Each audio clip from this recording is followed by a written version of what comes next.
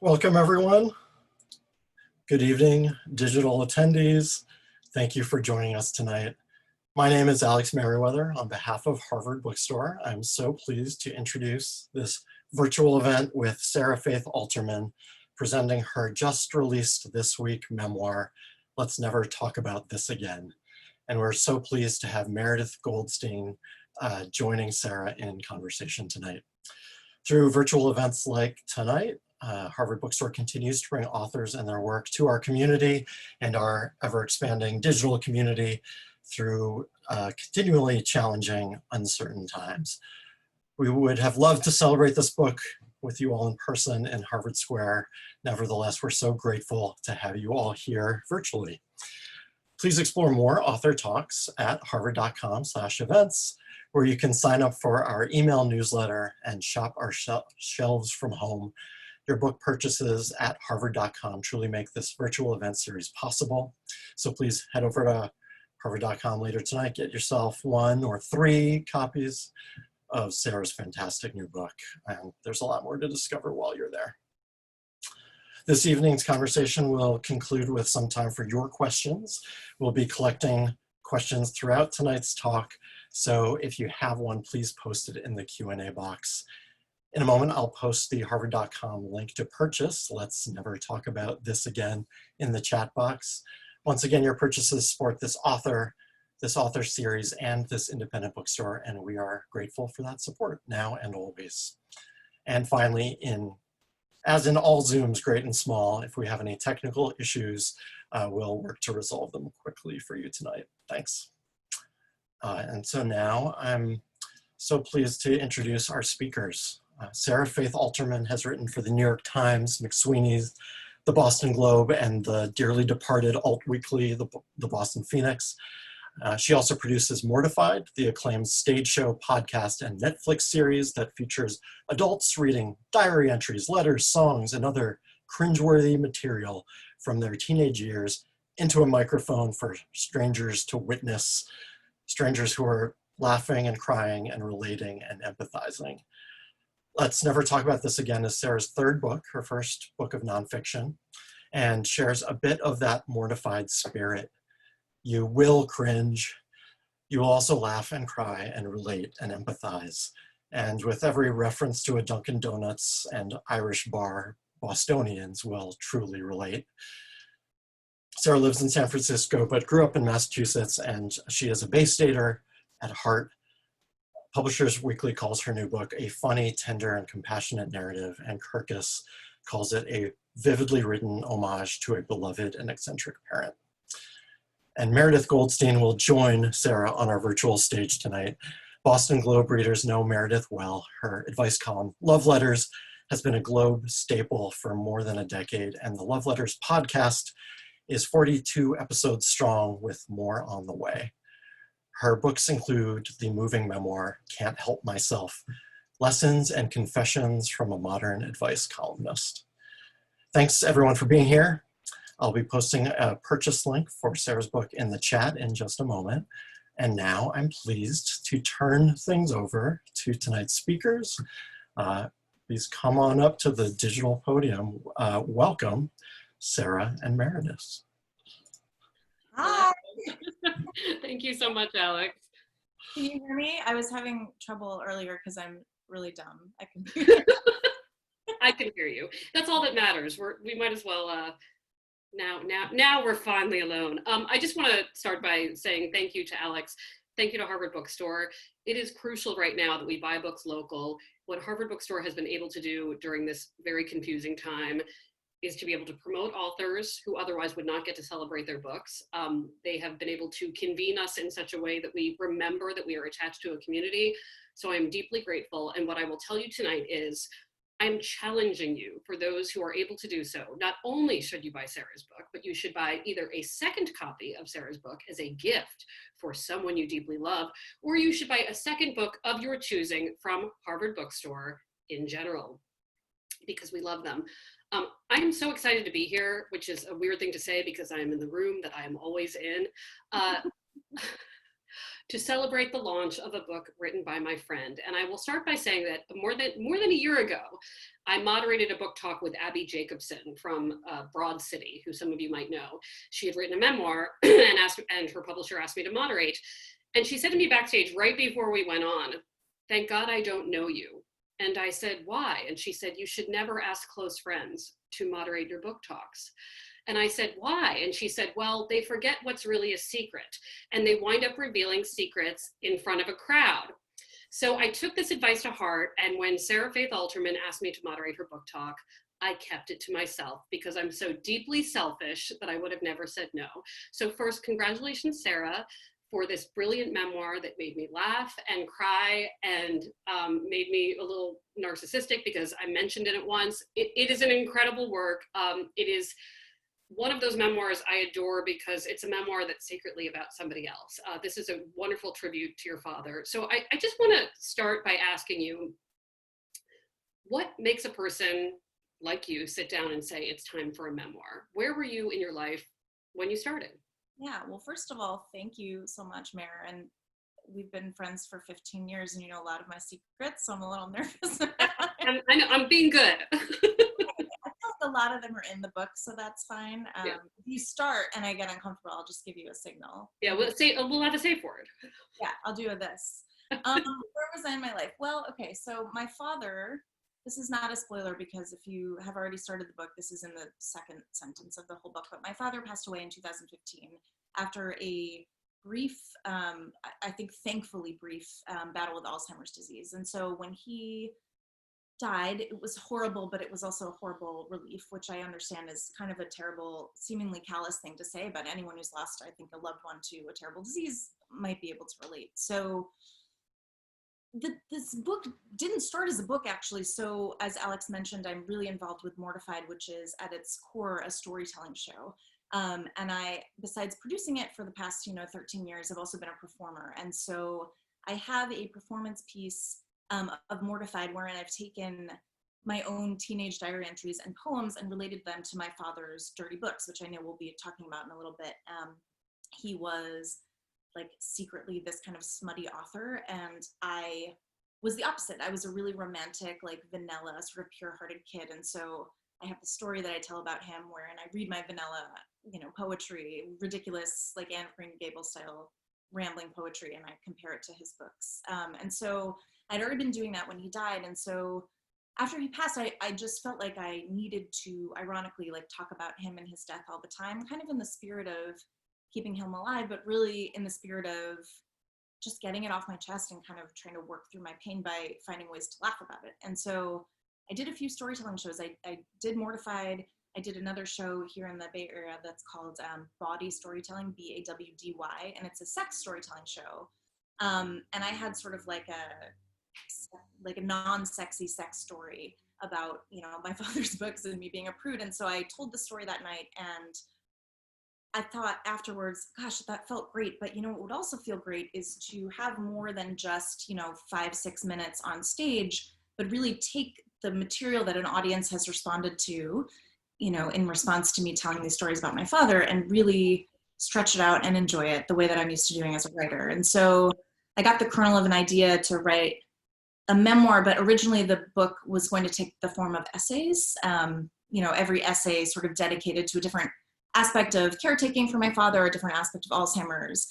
And so that was, I think, maybe 2017. And I just kind of was working through my own grief and my own pain as I was also trying to, pull together and flesh out funny stories about my dad. It was a long answer, but it was a good answer. It's a good answer, and it's a perfect segue into me asking you, will you please read for us? Yeah, absolutely. That was a very aggressive yes. Yes, I will. By the way, cheers. Can I just cheers you? Yeah, except you have an adult glass and I put mine in a plastic cup. I have to have them like this. I have a 5-year-old and an 18-month-old, 2 boys, and they are monsters, and they will take anything they can grab and just throw it, knock it over. So having something without a stem makes it a little less likely that they'll knock it off because they're disastrous monsters. Okay. Here it is. So I'm going to read my first chapter. because that's the best way to start, I suppose. It'd be weird if I was like, I'm going to read chapter 7 and I hadn't introduced any characters. So the book is divided into 3 parts that I'm calling before, during, and after, so that mark off the kind of phases of my father's Alzheimer's disease. So chapter 1 is in part 1, before, and it is called The Duck Room. The most important room in my childhood was covered in ducks, a first-floor den that we called the Duck Room. I worked in branding for a while, coming up with names for products and startups and buildings, and there was one guy at my company who would get so frustrated during brainstorming sessions that he would finally yell, "Call it what it is! Why are we fucking around with this, guys? We should just call it what it is." Of course, if we always called things what they were, the world would be full of overhyped pink wines, and I can believe it's not butters, and sneakers for elves at raves. By the way, there's going to be some swearing. I don't know if anyone has children, but you should send them away. Sidebar. But in this case, the Duck Room captures it perfectly. The room had wallpaper with a mallard pattern that was as tasteful a mallard pattern as a mallard pattern can be. I remember the paper is red, but my mom insists it was brown. Armchairs were upholstered with another tasteful duck pattern that Mom and I both agree was yellow. Our duck-shaped phone had a curly black cord extruding uncomfortably from her fine feathered bottom. It was all pretty classy for the mid-1980s. The Duck Room was important because it was the nerve center of our house. Part media library, part family archives, where we kept all of our games, records, VHS tapes, photo albums, and books. Our TV was in there, and our VCR, and a convertible flip chair that was just wide enough for me and my brother Daniel to cuddle up on together when our family settled in to watch a show or a movie. Mom usually took the couch, and Dad liked the armchair closest to the TV, just in case a racy scene came on and he had to spring into action, changing the channel or jabbing at the fast-forward button on the VCR. The Duck Room was my favorite place in the house. It was also where my image of my dad changed forever. Alterman, forever altered, man. I'll show myself out. The room had 2 floor-to-ceiling built-in bookcases that flanked a sliding glass door leading out to our deck, where our 3 cats that I always forget about like to sleep in the sun. I always forget about them because they were outdoor cats and belonged to the woods and knew that they were better than us. Their names were China, Tasha, and Sunday, and sometimes my dad would catch a glimpse of one of them and start singing Memory, the only song he could stand from the Broadway musical Cats. The built-ins had storage cabinets at the base, and those jutted out far enough that there was room for me or Daniel to stand on top of them when we wanted something from a shelf. I could reach every shelf except the top one. It was an easy climb, and from there we could explore a hodgepodge of cookbooks, novels, storybooks, and random artifacts from our parents' lives before they were our parents, like newspaper clippings, their high school yearbooks, an invitation from First Lady Rosalind Carter that requested the pleasure of my father's company at some dinner for employees of senior citizen-related publications, which, at one point in his life, he was. I loved the yearbooks, loved seeing the kind of kids my parents had been. My teenage mom looked like a young Penelope Cruz with a Jackie Kennedy hairdo. There are photos of her throughout, some where she posed with her choirs and clubs, and one candid from a fancy-looking dance where she looked stunning, but uncomfortable. Mom sang soprano with the Madrigal Singers and even went to Allstate one year. Above her class portrait, it reads, "Chords that vibrate, sweetest pleasure." Dad's yearbook was called the Penridge High School Pennant. He's wearing thick Buddy Holly glasses in his class portrait, and above it reads, "Gifts of self-expression, quotable, way out humor, strong convictions, irrepressible." Even on my tiptoes on top of the cabinet, I couldn't reach higher than the second highest shelf, but that was fine. I kept most of my own books in my bedroom and never really needed anything from the Duck Room, except my own cookbooks and a rainbow-colored set of kids' encyclopedias called the Childcraft How and Why Library. It was a collection of a dozen or so volumes like Math Magic, which combined arithmetic lessons with puzzles, games, and stories, including the tale of a little boy named Milo, who travels to a magical world and meets a friendly human-like shape with 12 faces, the dodecahedron. Each face showed a different expression, and when his mood changed, they would shuffle around. I loved this little creature and the idea that you could have ever-changing moods all over your body, like a blush in your armpit or a frown on your knee. I read and reread the dodecahedron story for years before I found out that it was an excerpt from the fantasy novel The Phantom Tollbooth. Instead of being excited that there was so much more to Milo's story, I was gutted. What do you mean my favorite story was just one small part of another story? This whole time I could have been reading about bigger adventures with more wonderful creatures? Ugh, I felt cheated, like I'd missed out on years of opportunities to develop a deeper and more complete connection with something I loved. It made me wonder what else I was missing out on. I'd already suspected that there was a wide, wild world beyond the duck room. Even though my own shelves were stocked with G-rated material, I had a few friends who were allowed to see PG-rated movies without their parents present for guidance. That blew my mind and made me jealous. Out of curiosity or maybe defiance, or maybe even in an act of quiet mutiny, I began to snoop through my parents' shelves and drawers when they weren't paying attention, just to see if, like math magic, they were holding anything else back from me too. I didn't find anything interesting, not on purpose. One humdrum Saturday, while my parents were at the grocery store, I scaled the duck room bookcase to grab my copy of the Sesame Street cookbook, so Mom and I could make snuffle loaf in a spaghetti nest together for dinner. While I was up there, I noticed that I was finally tall enough to reach the top shelf, a whole new trove of goodies to explore. First, I found a fancy wooden book that wasn't a book at all, but a velvet-lined case containing a few intricately carved tobacco pipes. Next, a small red book with pages that crackled with age, my mom's teenage diary. I did a quick flip through. She mostly wrote about some guy who she wanted to take her skiing, then they went skiing. Way in the corner of the shelf, I found a stash of tall, thin paperbacks packed tightly together, and behind them there were a few more hidden from plain sight. I crammed my fingers between two spines so I could wiggle one of the books out of the sardine pack. There was an orange cartoon cat, sort of a poor man's Garfield on the cover. She was scraggly and orange with heavy pink eyelids and softly floppy whiskers that reminded me of overcooked spaghetti. The cat sat human style, leaning on her elbows in front of a checkerboard, looking about as interested in it as our snooty cats were in us. It was called Games You Can Play With Your Pussy. A book about games? I loved games! Why hadn't I seen it before? Why was it shoved out of reach? I cracked Games You Can Play With Your Pussy open and found that it was a chapter book divided into sections like how to clean your pussy, how to feed your pussy, and nursing a sick pussy. That one begins, nothing looks quite so sad as a sick pussy. The spunk, the vitality, the old get up and go have all got up and gone. But there weren't any games in this game book. And the how-to chapters didn't contain any actual grooming or feeding information. I knew that my cats disdainfully licked themselves clean and ate bowls of colorful, crunchy bits shaped like tiny drumsticks and 3-leaf clovers with no stems. I stuck my fingers back into the pack and wiggled a few more books out. There was So You've Got a Fat Pussy with a cartoon cover cat that looked like it had eaten the first one. How to Pick Up Men featured a blonde woman in a slinky dress. A man in a green suit sat in her lap. A man sitting in a lady's lap. Hilarious. Ugh, there were 2 other men in the background looking askance. It took a little effort to wiggle out the hidden books, but I finally managed to get a few loose. They had names like The Official Italian Sex Manual, Sex Manual for People Over 30, The Jewish Sex Manual, and there was one with a very eye-catching cover called Bridget's Sexual Fantasies.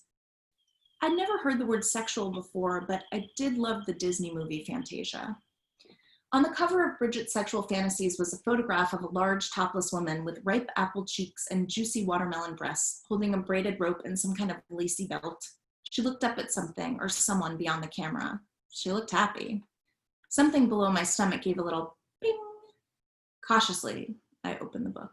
It was full of photos of the same large woman, the Bridget of the title, spilling out of a different skimpy costume, posing with different smiling men. As I flipped through the pages, I found many more words I didn't recognize. Bondage, voyeurism, orgy. One unfamiliar term, oral sex, was at the top of a story about lollipops. I started to read it, but then I heard the garage door rumble announcing my parents' return, so I hurried to shove the books back into their place on the top shelf. My father got mad whenever we messed with the stuff, and based on how the books were shelved, I got the feeling that I wasn't supposed to be looking at them. As I hurried to put everything back into what I hoped was the same order I'd found it in, some familiar words caught my ie. More precisely, a familiar name. The first page of Games You Can Play With Your Pussy said, by Ira Alterman. That couldn't be right. Ira Alterman, that's my father's name. I knew I was seconds away from being caught red-handed, but I couldn't resist checking the title pages of the other books. So You've Got a Fat Pussy by Ira Alterman. How to Pick Up Men by Ira Alterman. Bridget's Sexual Fantasies, as told to Ira Alterman. The ping below my stomach turned into a brick. What the H-E double hockey sticks. There was barely time to process this fresh and confusing information before I heard a noise in the hallway and realized that, oh no, someone was coming. I jammed those books back into place as fast as I could, jumped down from the cabinet, and landed with an ungraceful thud just as Dad appeared in the doorway. "What are you doing?" he asked. For a second, I thought about asking Dad about these confusing books, but I didn't want to get into trouble for touching his things. For now, I'd pretend I hadn't seen them. "Just getting my cookbooks," I said, and quickly grabbed the Sesame Street cookbook from its familiar place on the shelf. "And, looking at your yearbook?" "Ha, that old thing," Dad said. Have I ever told you about the time I had to play the piano in a jazz band at a talent show? It was last minute. I didn't even play the piano, but I had to figure it out as I went. They call that out on a limb improvisation." And then we took the Sesame Street cookbook into the kitchen, and Mom helped me shape a lump of ground meat into the suggestion of a snuffleupagus. The whole time, questions about the books tumbled around in my head, and I wasn't sure how to ask them or even if I should. So I didn't. I kept everything I knew and wondered about those strange books to myself for the next 25 years. Thank you for reading. As a special treat to everyone who's come tonight, a special treat. And first, what is constantly surprising to me about Sarah Faith, who is an incredible screenwriter, writer, playwright, producer, is that I will often bring up movies and television shows I watched, and you know, I'm not that much older than Sarah, and I will say, oh, don't you just love this from this year? And your life was very G-rated. I mean, for many, many years, right? So keep that in mind, you know, as I share my screen, ladies and gentlemen. Before you do though, can I say, well, I mean, never mind, do it. We're there, but what I want, we'll say what you were gonna say as we look at this incredible illustration. Maybe we didn't get the full picture of that is present in the book's forward, is that my father was a very strict, vanilla parent. So my parents very carefully curated what we were allowed to watch, listen to, read. And so the idea that my parents would even have books like this, much less my father being the author of them, was wild and incomprehensible. I mean, my dad, we weren't allowed to say butt or fart. We couldn't swear in any way. Those were considered to be bad words. You know, we couldn't watch movies that were PG-13 if we weren't 13 yet. So it was very regimented. I mean, he wasn't like a conservative person in any way. It was just more like he had very strict rules that were sort of designed to keep his kids for as long as possible. And so to have this like dichotomy of dads, right? The very strict father versus the man whose name was in these books that were about a thing that seemed like I wasn't supposed to be thinking about it. It was really confusing. So I wanted to add that so people can really understand. Yeah, I mean, and speaking of confusing, let's just go through some of these titles. So this is the, you know, aforementioned, I mean, it's a very apt description. And I can imagine that as a child, you really thought this was a book just for you. Yeah, I did. Oh yeah, keep going. There's no, it's no story. I mean, this might be one of my favorites of the covers. But it's so hard to choose because as a Jewish woman, this is also a good one. I want to give people a sense of, you know, your dad, I feel so ridiculous.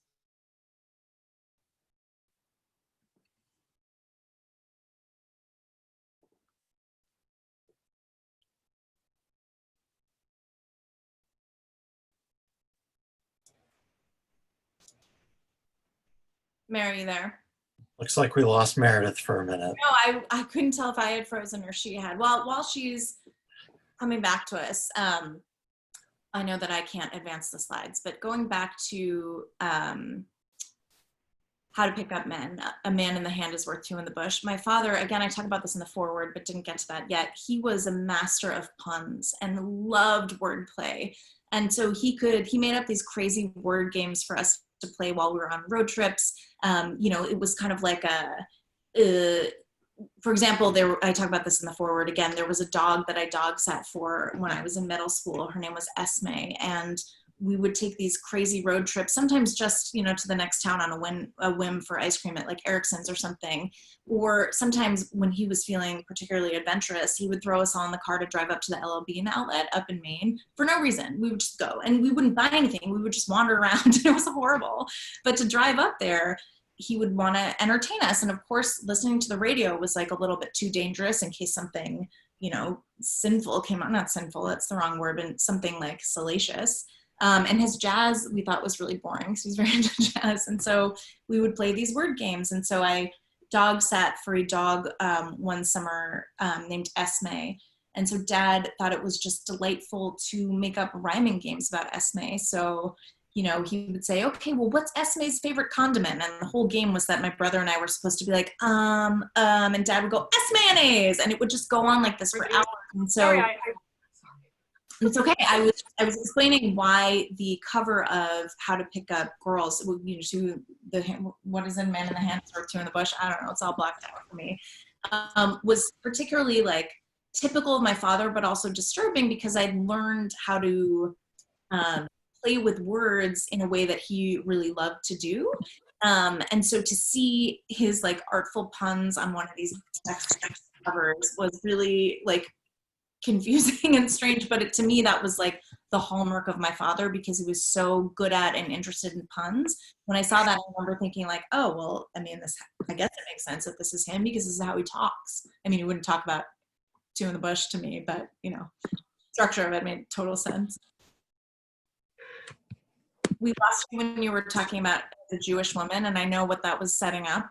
Well, what is amazing to me is that I think that, and now you're getting so many of me. Now you're getting so many of me. Is that I feel like my own computer rejected the R-ratedness of the conversation. Thank you, Alex, for stepping in, and thank you all for dealing with technology. I want to talk about. I have a strong memory of meeting your parents specifically, and I remember it was at the Zeitgeist Gallery, which you reminded me of the name, in Inman Square, and meeting your wonderful mother and your father. And he just seemed like this boisterous, fun, warm guy, just like your mom did. And you talk about the duality of Dad, you mentioned, and he was a very layered person. And I think if you read this book, it's incredibly clear just how layered he is. And we have talked a little bit about books that also show this sort of dual personality. And I know you have some visuals too that my computer might not reject if they're in person that I wanted you to talk about. I'm holding them up. So, okay. Let's see. Well, first of all, so Dad worked with a cartoonist and artist named Marty Riskin, who is still a cartoonist and artist. Marty draws bawdy things like How to Pick Up Men, the cover, but he also has a fine art painting career. We've talked about duality. And so this was one of the ones that I found, which is like, again, sort of cartoony and funny, sex quiz you can't fail. And then there is, I just don't know how explicit I can be. Should I introduce her, do we think? I think you should. So take it away with Bridget. So there was a character. Can you see it? There's kind of light hitting it. There we go. Named Bridget. She's a character, and she starred in her own franchise of books, games, puzzles, all kinds of sort of paraphernalia. The kind of stuff you would find at Spencer Gifts. I don't know if that's still around, but that sort of thing. And Bridget was this sort of larger than life, to use a phrase that is not intended to be any sort of double entendre. She starred in these stories, and they were really like filthy. And there was one, as I mentioned, Bridget's Sexual Fantasies, where, I mean, Alex is gonna be really upset at me for showing this picture, but I'm gonna do it. If you have any children anywhere near you, or you're offended by anything salacious, like, just close your computer. Okay, ready? I'm gonna do it. Here we go. So there's like this one, for example, and these are all just like, yeah, Bridget's having a great time. Like, isn't it funny? It's so funny that she's sexy because she's like this big woman, which is a horrible, fattest, sexist outlook and thing to present in the world. But so those books made me like uncomfortable for those reasons, but they were also the only time I'd ever seen naked people. And so I remember just thinking that like, oh, this was sexy, but I didn't really understand what sexy is. So we have Bridget, we have things like How to Pick Up Men, where I'm trying to see if there's any other like sexy things, you know, games you can play with your pussy. And then on top of all of this, my dad and Marty had like a very sweet and innocent side to them and their work. And so when I was in third grade, I wrote a story called Whiskers Takes Karate Lessons. It was about, we had a pet rat named Whiskers in my classroom. And my dad was so tickled by the story that he and Marty illustrated it and turned it into a book. And so you have like the guy who is illustrating this, who is also illustrating this. And it's a little hard to understand just how like body this particular cartoon book is without kind of showing some of the more like filthy illustrations. But so that was confusing. And I remember I found the books around the same time that my dad and Marty made me, look at this, they like pasted it up. So it really, to me, is a great example of, I mean, we all have multiple sides to us, right? Especially now that I'm a parent, I understand that, you know, you compartmentalize your identity in a way that's designed to protect your kids. But his compartmentalization was so hypocritical and so off limits that now looking back on this, you know, these body books and the sweet illustrations that dad did for me or had done for me, it's very, it remains very confusing. And it's funny now, but at the time I remember just thinking, how can the person who created this also be the person who created this? Like I had a hard time meshing the two or reconciling the two in my head, if that makes sense. I want to, you know, when you talk about unreliable storytellers and the fact that your dad was all of these different kinds of people, showing one personality at home, having this side job, it also makes me think of how beautiful this book is if you're reading it as someone who is caretaking for a parent, who has ever had someone who's had, you know, issues with memory.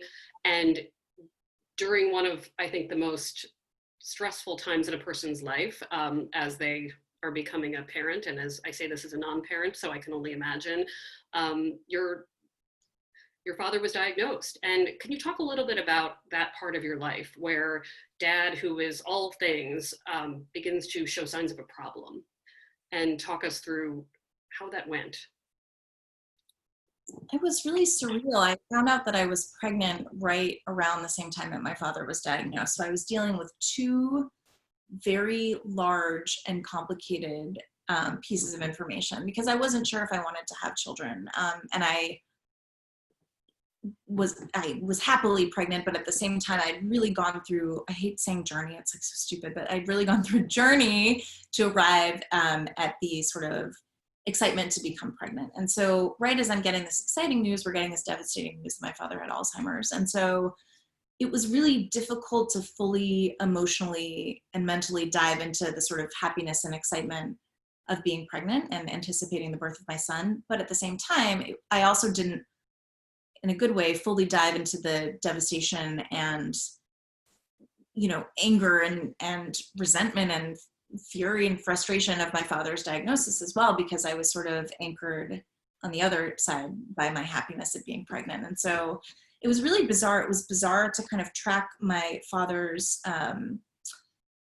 evolution into a real Alzheimer's patient, the same way that I was sort of tracking my own pregnancy. It's ridiculous, but in a lot of pregnancy books, they're insufferable, by the way. In a lot of pregnancy books, they compare the size of the baby just from like the moment that it is a cluster of cells to fruits and vegetables. And so it'd be like, oh, the baby's the size of an avocado. Oh, it's the size of a banana. And then you have to imagine like the baby in these different shapes, right? So every stage I hit where the baby had evolved into like a different fruit, it felt a little bit like I was also tracking my father to see, oh, what kind of like fruitiness has he evolved to, right?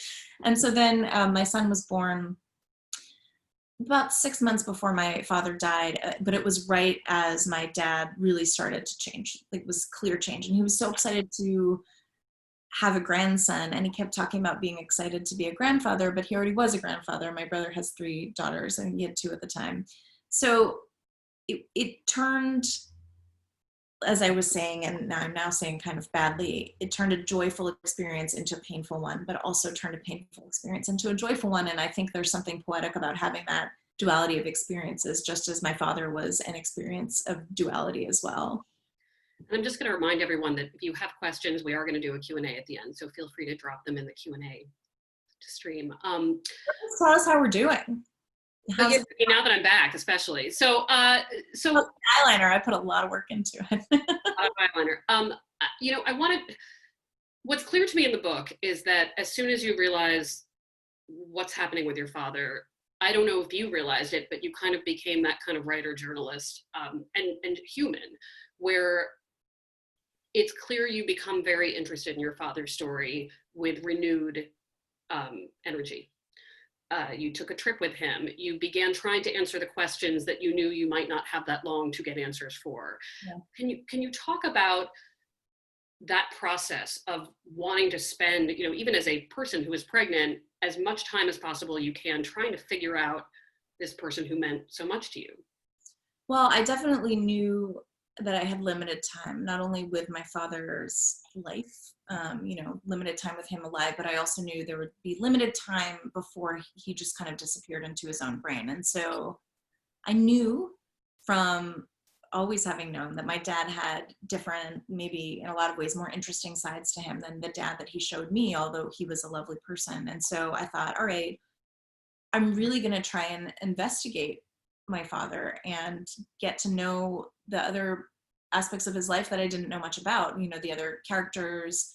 By characters, I mean, you know, friends, family, people that I hadn't heard about or met or heard much about.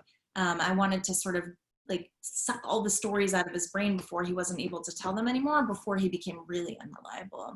Dad was always a pretty unreliable narrator to begin with, because I always, you know, having found the books at such a young age, I knew that he was keeping something from me. And so I never fully trusted his version of the world because I knew there was this other side to him. But I also, you know, as an adult, knowing that he was experiencing neurological decline and he didn't experience reality in the same way as the rest of us, I thought, okay, I want to get as much info out of him before I just can't trust anything that he's saying or doing, you know, and know that it's truth. And so it was important to me to just kind of, I mean, in the book, I talk about this. I took him on a trip to his hometown of Percy, Pennsylvania, which is in Bucks County.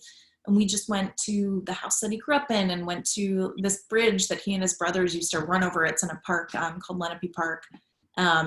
We went to this Dairy Queen that's in the middle of town, and Dad just wanted to like revisit memories in the flesh before he lost them. And I thought that was beautiful. And that's kind of what I wanted to do with him, but for him too, while he was dying. And it's funny, after he died, my mom sent me a whole trove of artifacts from his life. So like childhood pictures, report cards, letters he had written home to his parents from college, you know, all these little kind of tchotchkes, like just little artifacts. And I loved that I was able to, and am able to, continue learning about him even in his absence. And these are sort of the most reliable things, right? They're it's like actual evidence of his life. And that I found to be a huge comfort, and also like a wonderful extension of the kind of like research I was doing into my dad when he was alive. When you write a memoir, I say this as someone who may or may not know, and you wrote such a raw and transparent memoir, you were writing about real people, and they might call you an unreliable narrator, right? I mean, everybody has their different perspective as they come to a story. And I think a lot about how you have a spouse. And so he is in the book. So I wonder what the negotiation was between the two of you about, you know, as you talk about your father, as you talk about having children and experiencing all of this at once, what was the conversation at home about what was off limits? And it's different than Mortified, where you're reading from the past. Yeah. So my husband, Sam, and I have been together for 13 years. And so he was present in my life for many of the events that happen in the book. And he knows that I am a person who processes life and difficulties through writing, but also through humor. And so he understood that it was important for me to take on a project like this where I'm writing in a funny way, but he also understood that a lot of my stories would involve him, and he didn't want to be painted as some like as like the butt of jokes or like some hilarious over the top character, because he's not an over the top person. And so he was very supportive from the beginning. And he was very careful to not try and tell me how to shape the book. He was pretty hands off until I asked him for feedback. And we ended up really working through a lot of the kind of structuring of the book together, because I would bounce ideas off of him. He would help me recall memories that had maybe been traumatic, or, you know, things that I remembered sort of with the lens of having been emotionally involved at the time. And then he helped me recreate a lot of the scenes between the two of us. So I have a chapter that's about how right after he and I met, he took me hiking in the White Mountains in New Hampshire, and I had never been his version of hiking before. I had like walked in the woods, but he had a 3-day camping trip planned where I did not bring pants, like real pants, you know, I just brought shorts. Like I didn't know what to do. And so I wanted to write about that. And so he helped me recreate that memory, and we had a lot of fun with it. And he really was responsible for helping me shape and give a voice to the book that I could not have done without collaborating with him, which was incredible. I mean, we've never collaborated on anything except for our children. And we're pretty different people. We kind of experience the world and see the world very differently. And so it was lovely to be able to have that with him. And he very generously let me put some stuff in there that I think he would not necessarily have been super comfortable with, but he did it sort of in the spirit of the book.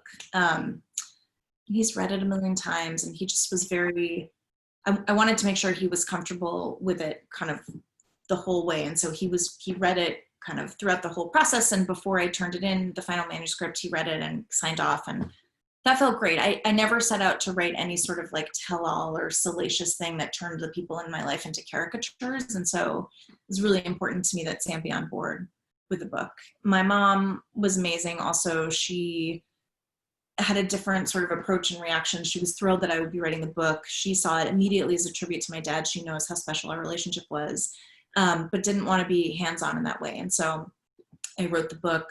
You know, I sent her a draft. I wanted to make sure she was comfortable with everything. The other people in the book who are featured, many of them have changed. I've changed their names, although I have their permission to use them.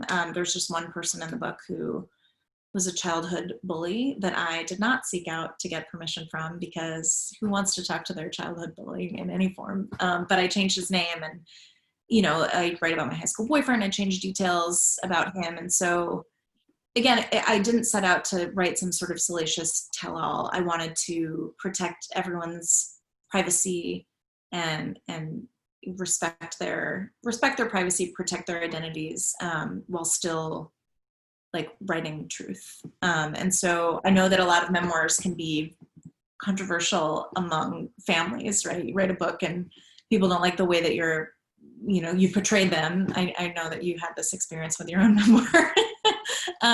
It's never who you think. It's never who you think. I know, and I'm just waiting. I'm waiting to hear from someone who, like, I got their hair color wrong or something. But my goal was never to field those sorts of responses. It was more, okay, let's get permission from everyone who might be mentioned in the book to either, you know, use their name or use our story, and make sure that everyone's cool with this, except the bully. I don't care about him in any way. I'm not over it. It's been 25 years. It's fine. Everything's fine. I think the people who don't get over stuff like that are the people who write memoirs. Before I get to some great audience questions, I want to ask you just one more thing. I'm sorry I'm hogging her, everyone, but then I will get to you. Well, I'm just rambling along, so you... No.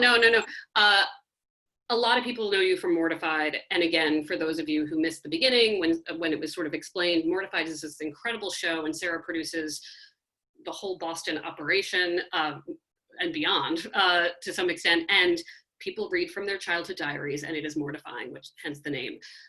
It makes you very good at understanding the need for people to hear embarrassing material. You have gone through countless diaries belonging to other people? I mean, I've been doing it for almost 15 years, so hundreds.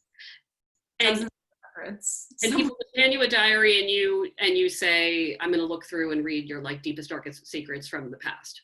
Yeah, and I think it is a real privilege to be able to do that, and a real compliment that people trust me to with their secrets, right? I mean, you've gone through this experience of sitting down with me with your own material and allowed me to kind of go through, and we have a trust because of our friendship, but I'm able to build a trust with potential readers because I'm never going to share that stuff with anyone, and I'm never going to put someone on stage if they're not comfortable.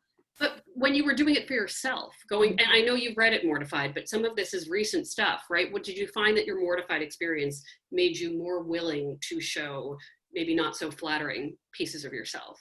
Yes, because I have learned from my experience of producing for other people that often the things that you think are not interesting or flattering about your own past are actually the most interesting and most entertaining for other people.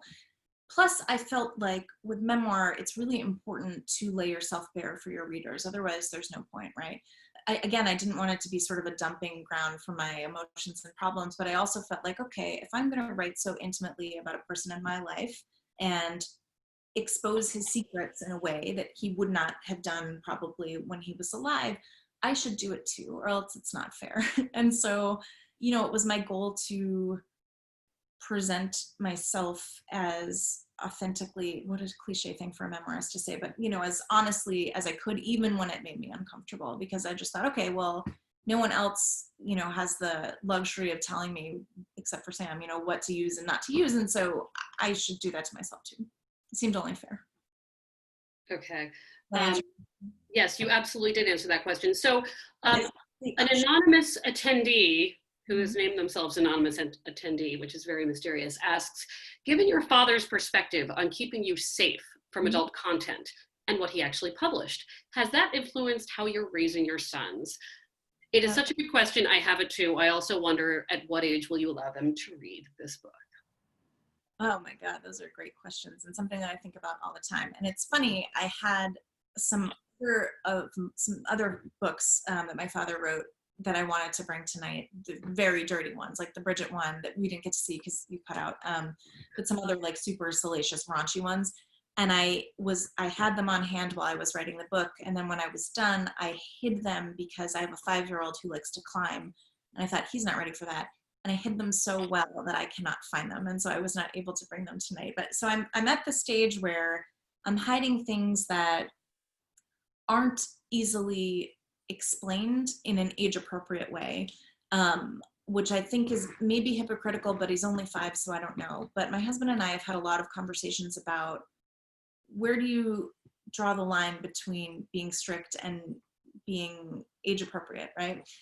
I'm still learning that. I don't really know. I do think it's very important to give your children information and help them to understand it, right? So if they have questions about sex, we're going to answer them. If they have questions about alcohol or drugs, whatever, we're having conversations about race right now, and these are difficult conversations where I don't know what to say. I don't know if I'm saying the right thing, but the biggest difference between, I think, the way that my father navigated parenting and the way that we're trying to is that even though things are hard to talk about, we're making a real effort to talk about them. As far as like movies, TV, music, I don't know. Again, I want things to be age appropriate, but I don't want to censor for the sake of censoring, and my son hates movies anyway. He thinks they're all scary. He was scared of Mary Poppins. The only movie that he will watch is The Nightmare Before Christmas, but he thinks Mary Poppins is too scary. I can't explain it. I don't know. But, to get back to the heart of the question, we're doing our best and still, learning how to parent a child who is like increasingly aware of the world, and increasingly questioning his parents. So I will let you know when I figure it out, but we certainly are trying to be conscious of, finding that divide between keeping him sort of in the safe and happy 5-year-old space and exposing him to the rest of the world. And Alex, are you there? We were, okay. So Thanks to Alex. Thanks to Alex, who is pulling up the multimedia that clearly crashed my computer. This is just a lovely photo of, Sarah, do you want to give some context to this photo? That is me and my father right before my wedding. And my mom bought me this beautiful veil. It went all the way down to the ground, and Dad made some joke about how, oh, at their wedding, like he didn't get to wear a veil and a dress. And so he put the veil on, and we were sort of laughing about it. And I think this photo really captures like the spirit of our relationship. We were constantly doing silly things to make each other laugh. My father would never put himself out there, and like he would never get on a stage. He would never do something like this in public, put a veil on. Actually, there's this great story. It's not in the book. When my brother was in preschool, his school, this was around Halloween, his school had a Halloween party that was a parent-child party. And so it was a costume party. And so all the parents and all the kids were supposed to dress up. And my dad did not want to do it, but my brother really, really wanted Dad to go. And my dad is not a costume person, but because my brother was so excited to have his daddy take him to a costume party, my father went all out. He got a Tin Man from the Wizard of Oz costume, and he painted his whole face and like every exposed part of his body silver, and had like a funnel for a hat, the whole thing. And he very reluctantly went to this party. He was humiliated, but he went. And not like 20 minutes later, he came home like barreling into the house, and I heard him like just yelling and grumbling, and he's in the bathroom like trying to rub the silver paint off his face. And it turned out he was the only parent that had dressed up. None of their parents had dressed up, and he was so embarrassed by the idea that he was making a physical spectacle of himself, that people were paying attention, which is ironic because his books were the opposite of that. And so seeing him in that veil makes me smile, because I think, oh, he would never have done anything like that publicly, but he would always do it for me, to make me laugh. So Alex, while I've got you, can you show us the dollhouse? Oh yeah. So I always think a lot about inherited humor, and I believe that Ira Alterman's great humor definitely was passed down. And Sarah, can you talk a little bit about this dollhouse? Yes. So the dollhouse was a gift from my parents, specifically my mother, when I was about 10 years old. And for Christmas, I really wanted a dollhouse. My dad was Jewish. My mom was not, in case there's anyone wondering about the Christmas thing. I really wanted a dollhouse. My friends had dollhouses, and they just couldn't find the one that was affordable. And so they ended up buying a window model of a dollhouse. And my mom, it was, unpainted, unfinished. And my mom finished it, painted it, did this beautiful detail on the windows, and she outfitted it with this like incredible like appointment of tiny furniture and tiny accessories. And so throughout the course of the next couple years, I really took a lot of pride and delight in going. There was a dollhouse store on Route 9 in Framingham or Natick, right on that divide there, called the Depot Dollhouse. And I would go and get these little teeny tiny things.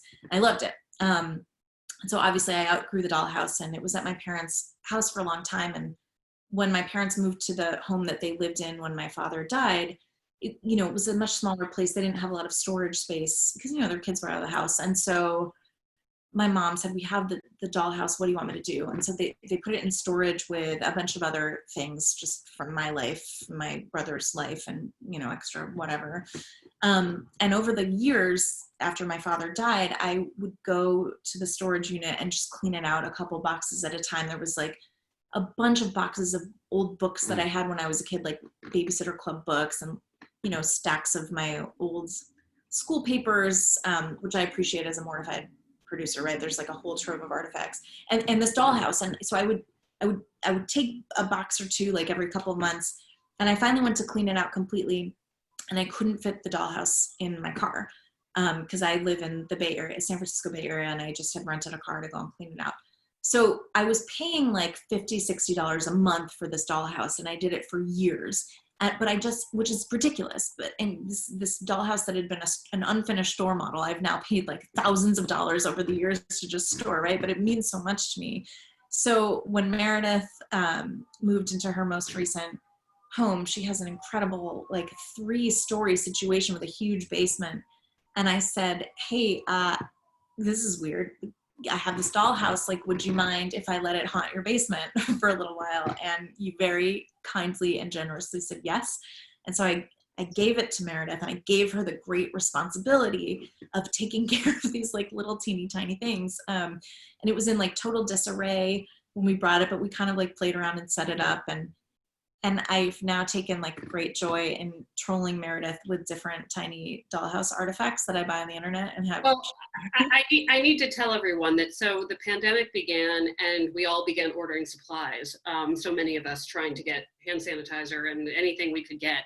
And what started happening was that I began to get deliveries that I had not ordered, but that had apparently been ordered by the family living in the dollhouse. And this is the humor of SARA FAITH ALTERMAN that you will see in this book, which is that I continue this many months later to get deliveries. And if, Alex, if you want to show the next photo, on the right, you will see that Sarah has sent me miniature P.F. Chang's meals for the family that lives in my basement.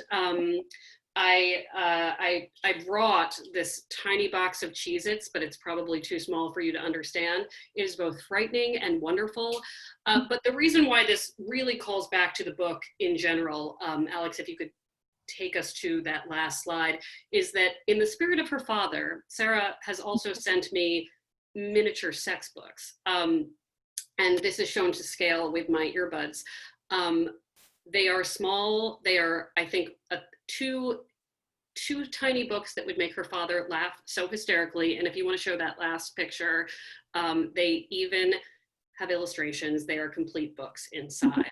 So as the release of this book was coming, I kept thinking what a perfect tribute in that even I and the Dollhouse family are well stocked. Thank you, Alex. I want to just go back to questions. Glad we got through it. I do feel like the picture of Bridget that crashed my computer, that we should end with the frame on Bridget after the questions. So Robin asks a great question. I'm sure there was material that you explored, but then eventually cut from the final manuscript. And you did just tell a great story about your dad that's not in the book. But can you characterize what kinds of things those stories were? On reflection, what do those edits have in common? So what did you choose to put aside? This is a terrific question. It's a great question for me. Way to go, Robin. I think on my feet, on my butt, on my feet. You know, the book actually changed a lot from first draft to final. And where it changed the most was not necessarily in material, but in tone. So as I mentioned, I started writing the book just a couple years after my father died. It's now been 5 years. And so I was really leaning heavy on grief and seriousness and coming across as like a writer, a memoirist, and wanted to be taken seriously. So I made the book very serious. And on second pass, I went the opposite direction. I went super pun heavy, like really trying to make light of everything, like, ha ha ha, it's a funny book. And so my final version, which I really credit my editor, Suzanne O'Neill, as shaping, is a balance of those things. And so the things that I omitted from the book have always been omitted. It's not like I, had some crazy story in and then decided to take it out. It's more tweaking the tone of the book.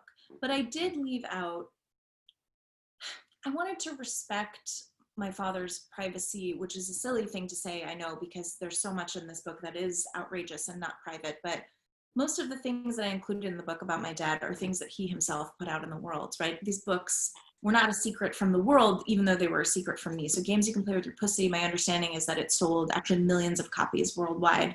I meet people constantly who tell me, oh my God, I had that book, or my parents had that book, or wow, I remember that book from when I was a kid, that was so funny. And so anything that my father created or any sort of like communication between us that felt intimate and personal, I knew right away that I wanted to like respect a modicum of privacy. So I felt like all of the stuff that he created and put out in the world was totally fine, but other things were maybe a little bit off limits. But to get back to your question, the editing process was more about like changing the tone and changing the sort of way in which I told stories, but the stories from the beginning were largely the same. I did have like a whole run about, because my original imagining of the book was a collection of essays, and I had a whole run about, I have a wild imagination and I'm very scared of the dark even now.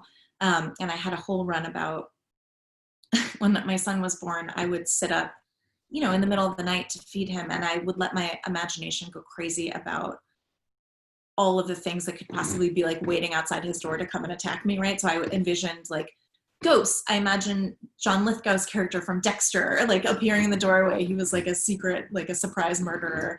I thought about Voldemort a lot because I had a baby, and I remember I would put my son in the crib, and I would have freaked myself out so much that I would run back into my room, like leaving my innocent child alone in his crib because I was like too scared. And I remember at some point, like starting to talk to the ghost of my father. I don't believe in ghosts. I don't believe in the afterlife. It's just not for me. But for some reason, I found a lot of comfort in talking to my dad as though he was there. And it calmed me down a lot to be thinking, okay, well, Voldemort is there. Like my ghost dad is also there to like jump in and save the day. And so I had a whole run about that in the original essay collection. I think maybe that was in the first draft. So that was something that I cut because there was no real reason to have it in the book, but it was still something that kind of made me laugh and made me feel very emotional about the fact that I put so much like weight on my father to protect and guide me, even though he is dead. Danielle has asked a bunch of questions, some of which are spoilers. So I'm going to not focus on those. Danielle, yes, some of those questions are answered in the book. She was asking about, you know, whether you talk to your father about these books, you know, sort of how that played out. But Danielle also says, did you share the discovery with your brother, and why or why not? Which I thought is a fair question. I do talk about this a little bit in the book, but it's a small moment, so I'm happy to talk about it now. My brother and I did not talk about the books either. And we had like a normal relationship between two siblings who are close in age. And so we weren't particularly close as kids, but we enjoyed each other's company, like enjoyed, you know, picking on each other. So we didn't talk about them as kids, but as adults, after my father died, we talked about them, and I learned that my brother had found them himself as a child and had learned all about sex and sexuality the same way that I had from Bridget through finding the books himself. And so we had this amazing moment of like, oh my God, you knew, like if only we had known. And so we both had our own like insular experiences with the books that we didn't come to share with each other until we were well into our 30s. When I fell out of the room, did you get a chance to talk a little bit about the real Bridget? I didn't talk about the real Bridget. And I don't know, Alex, if you're still there and you want to pull up, you know, an image to really just stay with us, the Bridget image. But there's a lot of Bridget in this book because, I mean, in Bridget's own books, but we don't even have to look at it for that long. Bridget is clearly involved in something that's very exciting. But just because you talk about your brother and sort of learning about sex from Bridget, can you tell me about Bridget and your discoveries about Bridget as an adult?